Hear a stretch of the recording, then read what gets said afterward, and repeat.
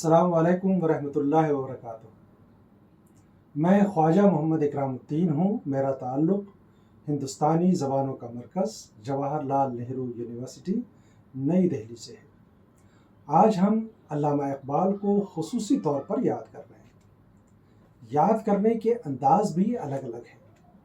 محمد اقبال، سر محمد اقبال، علامہ اقبال، حکیم الامت، شاعر مشرق اور اس طرح کے کئی اسماء و القابات سے اقبال کو بڑے احترام اور اہتمام سے ہم یاد کرتے ہیں۔ یاد کرنے کا یہ انداز بھی کسی اور شاعر کے حصے میں نہیں آیا۔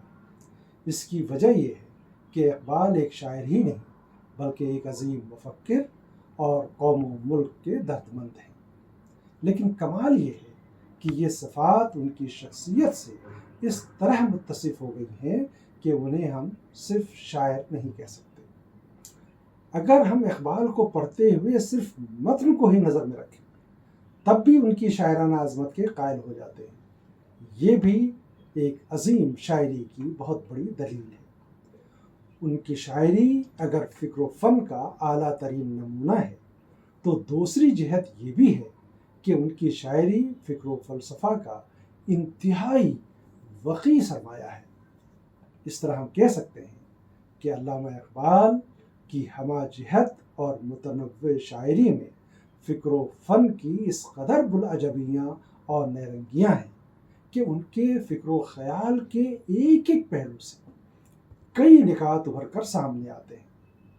فکر و فلسفہ کے مضامین ہوں یا حسن و جمال کی سحر آفرینی کا بیان، اقبال کی شاعرانہ فنکاری اور سحرکاری ہر جگہ نظر آتی ہے۔ اقبال کے کلام میں فکر و فلسفہ کی پیشکش میں جو بلاغت نظر آتی ہے اور معنوی قدر کو جس اعلیٰ مقام تک پہنچاتے ہیں وہ کسی اور شاعر کے حصے میں نہیں آئی۔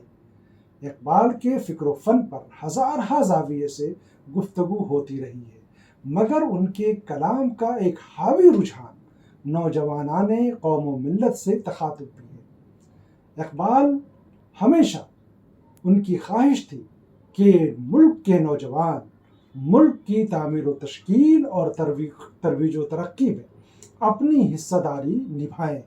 اسی لیے وہ نسل نو سے ہمیشہ تقاضا کرتے ہیں اور کبھی کبھی تو خود کی طرح مضطرب دیکھنا چاہتے ہیں۔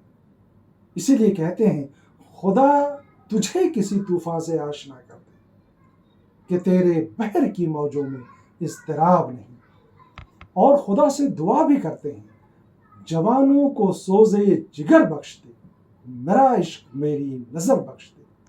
عہد حاضر کا تقاضا ہے کہ اقبال کو بار بار پڑھا جائے، سمجھا جائے اور ان کی فکر کی ترسیل کی ہر ممکن سبیل نکالی جائے۔